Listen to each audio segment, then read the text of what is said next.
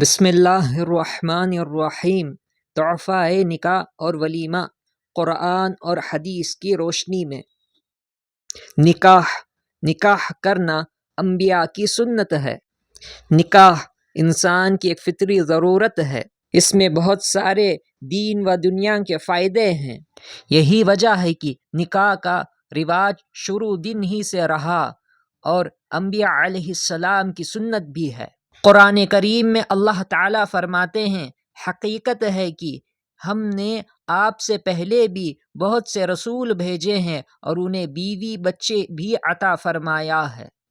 اس آیت سے معلوم ہوا کہ انبیاء علیہ السلام نے شادیاں کی ہے، لہذا نکاح ایک فطری ضرورت ہونے کے ساتھ انبیاء کی سنت بھی ہے۔